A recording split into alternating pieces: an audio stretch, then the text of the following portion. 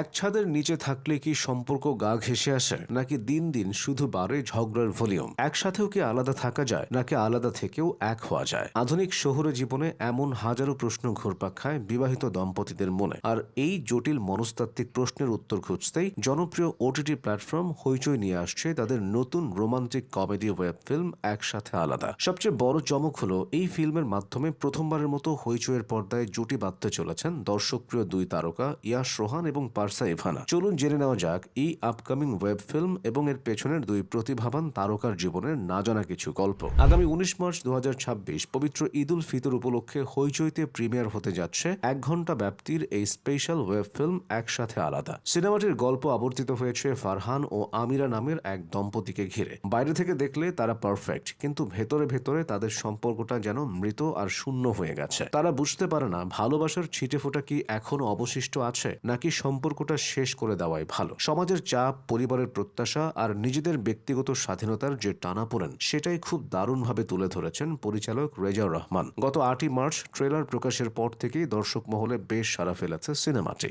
কিন্তু পর্দায় এই ফারহান আর আমিরা চরিত্রে যারা অভিনয় করেছেন, বাস্তবে তারা কেমন? চলুন ফোকাস করি তাদের দিকে। শুরুতে আসি ফারহান অর্থাৎ ইয়াশ রোহানকে নিয়ে। ইয়াশের রক্তে মিশে আছে অভিনয়। তার বাবা নরেশ ভূঁইয়া এবং মা শিল্পী সরকার অপু দুজনই বাংলাদেশের প্রখ্যাত অভিনয় শিল্পী। ব্র্যাক বিশ্ববিদ্যালয় থেকে পড়াশোনা করা ইয়াশ কিন্তু শুরুতে ক্যামেরার পেছনেই কাজ করতে চেয়েছিলেন। ডিরেক্টর হওয়ার স্বপ্ন ছিল তার, কিন্তু নিয়তি তাকে টেনে আনে ক্যামেরার সামনে। 2018 সালে গিয়াসউদ্দিন সেলিম পরিচালিত স্বপ্নজাল সিনেমার মাধ্যমে বড় পর্দায় রাজকীয় অভিষেক হয় তার। প্রথম সিনেমাতেই অপুর চরিত্রে অভিনয় করে তিনি বাজিমাত করেন। এরপর আর পিছনে ফিরে তাকাতে হয়নি। নেটওয়ার্কের বাইরে পরাণ, বুকের মধ্যে আগুনের মতো ব্লকবাস্টার সব প্রজেক্টে নিজের জাত চিনিয়েছেন তিনি। রোমান্টিক লাভার বয় হোক কিংবা সিরিয়াস থ্রিলার চরিত্র, সবটাতেই ইয়াশ রোহান যেন এক পারফেক্ট প্যাকেজ।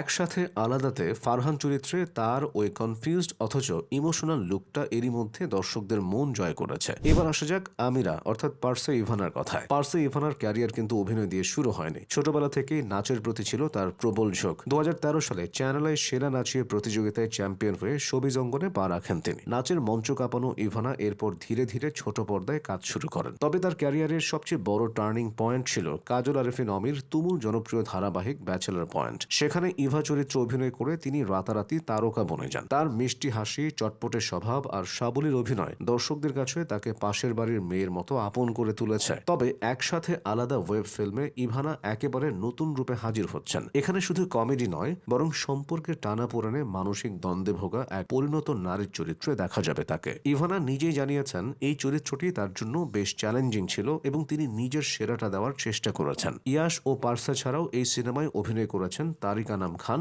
তুষার খান, রোজি সিদ্দিকী এবং দীপা খন্দকারের মতো দেশের গুণী সব অভিনয় শিল্পীরা। সিনেমাটির গল্প ও চিত্রনাট্য লিখেছেন রেজাউর রহমান ও কারিনা কায়সার। আর সবচেয়ে ইন্টারেস্টিং ব্যাপার হলো এই প্রজেক্টের প্রযোজক হিসেবে আছেন কারাগার ও তকদির খ্যাত বিখ্যাত নির্মাতা সৈয়দ আহমেদ শাওকি। এতগুলো দারুণ ও গুণী মানুষের মেলবন্ধনে প্রোডাকশন ভ্যালু কতটা হাই হতে পারে তার বলার অপেক্ষা রাখে না। বিয়ে পবিত্র, বিয়ে সুন্দর, কিন্তু সবসময় কি তা সুখের হয়? একসাথে আলাদা হয়তো আমাদের চারপাশের সেই না বলা বাস্তব গল্পগুলোই পর্দায় তুলে ধরবে।